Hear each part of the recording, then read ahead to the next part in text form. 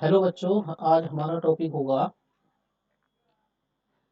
Atomic structure of atom में है। हमारा टॉपिक है cell and subcell, concept of cell and subcell. तो सेल्स एंड सबसेल की बात हम करते हैं। यहाँ पे सेल क्या होते हैं? कोश, और सबसेल होते हैं उपकोष। यानी कि सेल के भीतर उपकोष होते हैं, कोश के भीतर उपकोष हो सकते हैं, ये होते हैं, ये हम हिंदी में कह सकते हैं, या हम ये कहेंगे कि सेल में ही सबसेल उपस्थित होते हैं।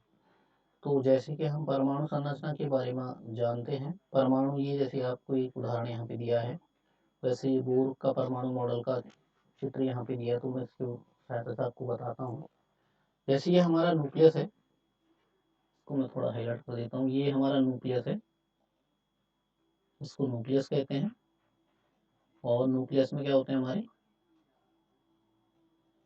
न्यूक्लियस में हमारा है प्रोटॉन और न्यूट्रॉन होते हैं। और न्यूक्लियस के बाद जो हमारा ये वाला पहला कोष होता है, ये वाला, इसको हम के कोष कहते हैं। जो ये हमारा पहला कोष है, ये वाला हमारा के कोष होता है। ये दिख रहा होगा आपको, ये के कोष है। और उसके बाद ये जो दूसरा कोष है, ये हमारा एल कोष कहलाता है। तो अब ये हिंदी में तो हम इसको कोष कहते हैं, के कोष। इंग्लिश में हम इसको के सेल, और दूसरे वाले कोष एल कोष को हम कहेंगे एल सेल। तो इस प्रकार से हमारे के एल एम एन चार कोष हैं यहाँ पे, तो हम इनको चार सेल कह सकते हैं। तो अब जो कॉन्सेप्ट हमारे पास आया है कि सेल और सब सेल का कॉन्सेप्ट क्या है, तो अब यहाँ पे एक चीज और ध्यान देने वाली बात है कि जैसे मैंने आपको बता दिया कि कोष में हमारे उपकोष होते हैं, परंतु इसके अलावा भी कोष होते हैं, फिर उपकोष होते हैं, उसके बाद ऑर्बिटल होते हैं। तीन शब्द होते हैं, तो इंग्लिश में हम इनको सेल, सब सेल और ऑर्बिटल के नाम से जानते हैं। तो सेल के अंदर सब सेल, और सब सेल के अंदर ऑर्बिटल्स उपस्थित होते हैं। जैसे हमारे यहाँ पे हमारा 1s सब सेल है, तो उसके अंदर एक ही ऑर्बिटल होता है, एक ही कक्षक होता है, उसे 1s कहते हैं। दूसरा जो है हमारा यहाँ पे एल एल कोष है, एल सेल है। तो इसके अंदर हमारे पास दो उपकोष होते हैं। ये आप फिर से एक बार रिपीट कर रहा हूँ। जो हमारा एल कोष होता है, इसमें हमारे दो उपकोष होते हैं या टू सब सेल होते हैं, और उन टू सब सेल्स के भीतर चार ऑर्बिटल्स होते हैं।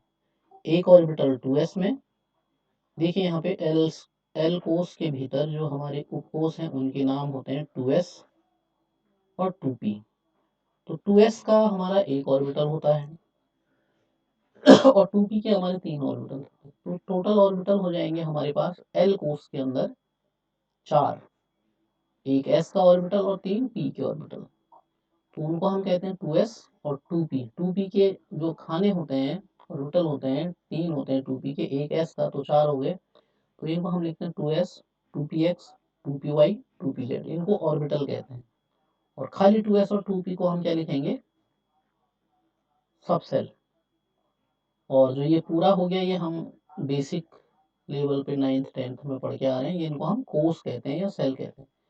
और बोर के परमाणु मॉडल के अनुसार इनको हम एनर्जी लेवल भी कहते हैं, ऊर्जा स्तर। तो अगर हमारा इलेक्ट्रॉन पहले ऊर्जा स्तर पे है, तो हम इसको मानेंगे के कोष पर, और अगर हमारा इलेक्ट्रॉन दूसरे ऊर्जा स्तर पर है, तो हम इसे कहेंगे एल सेल। और थर्ड एनर्जी लेवल का मतलब हो जाएगा हमारा एम कोष में। फोर्थ एनर्जी लेवल, चौथा ऊर्जा स्तर हो जाएगा, ये हमारा हमारा चौथा कोष हो जाएगा। तो अब मैं बात करता हूँ थ्री कोष के अंदर, थ्री जो हमारा थर्ड कोष है उसके अंदर सब सेल क्या होते हैं। तो सब सेल या उपकोष क्या होते हैं? तो एम कोष के भीतर हमारे पास तीन उपकोष होते हैं, उनके नाम है 3s, 3p और 3d। एक बार फिर से, जो हमारा एम कोष होगा, तीसरा कोष जो होगा, सेल जिसे कहते हैं, इसके अंदर तीन सब सेल होंगे, 3s, 3p और 3d सब सेल। इनके हमारे पास देखो 3s का एक ही ऑर्बिटल होगा, 3p के फिर तीन ही ऑर्बिटल होंगे, और जो ऑर्बिटल आता है डी, डी के भीतर जो डी सब सेल है उसके अंदर तीन ऑर्बिटल होता है, पांच ऑर्बिटल होते हैं। उनके नाम होते हैं 3D XY, 3D YZ, 3D ZX, ये 3 हो गए। उसके बाद होता है चौथा होता है 3D X² - Y², और पांचवा होता है 3D Z²। तो इस प्रकार से जो हमारा तीसरा कोष है उसके 3 सबसेल हैं, और ऑर्बिटल कितने हो जाएंगे, 5 तो हो जाएंगे, डी के 3 हो जाएंगे, पी के 8, तो 1 हो जाएगा एस का। तो कितने हो जाएंगे, 5 3 8 1 9। और प्रत्येक ऑर्बिटल की कैपेसिटी 2 इलेक्ट्रॉन की होती है, तो अधिकतम 18 इलेक्ट्रॉन इसमें आ सकते हैं। इसी प्रकार से हमारा जो फोर्थ कोष होता है या फोर्थ सेल, इसके सब सेल होते हैं 4s, 4p, 4d, 4f। यहाँ d के साथ साथ f बढ़ जाता है। तो यहाँ पे ध्यान देने वाली बात है कि जो हमारा चौथा कोष है ये फोर्थ, इसको हम फोर्थ एनर्जी लेवल के नाम से भी जानते हैं, और इसके अंदर हमारे 4 सबसेल या उपकोष होते हैं, उनके नाम होंगे 4s, 4p, 4d, 4f। अब आते हैं इनके भीतर ऑर्बिटल्स। ऑर्बिटल्स का मतलब इनके अंदर कक्षक, जिन कक्षकों में इलेक्ट्रॉन पाए जाते हैं। तो 4s में 2 इलेक्ट्रॉन जैसे सब में है नीचे, ऐसे ही 4p में 3 orbital, 4pxy, 4px, 4py, 4pz। इसी प्रकार से डी के भी 5 हो जाएंगे, नाम उनके आगे लग जाएगा 4dxy, 4dyz, 4dzx, 4dx² - y² और 4dz²। और इसी तरीके से जो हमारा f ऑर्बिटल आएगा, तो f ऑर्बिटल के कक्षकों के नाम अभी वैज्ञानिकों के द्वारा नहीं दिए गए हैं, या उसको खोजा नहीं गया है, या आपकी बुक में सम्मिलित नहीं है। लेकिन f के जो ऑर्बिटल हैं वो 7 होते हैं। जैसे s में 1 ऑर्बिटल, p में 3 ऑर्बिटल, d में 5, इसी प्रकार f में हो जाएंगे 7 ऑर्बिटल। तो जैसे कि मैंने अभी बताया कि एक ऑर्बिटल में अधिकतम 2 इलेक्ट्रॉन आते हैं, मैक्सिमम कैपेसिटी जो है 2 इलेक्ट्रॉन्स की होती है।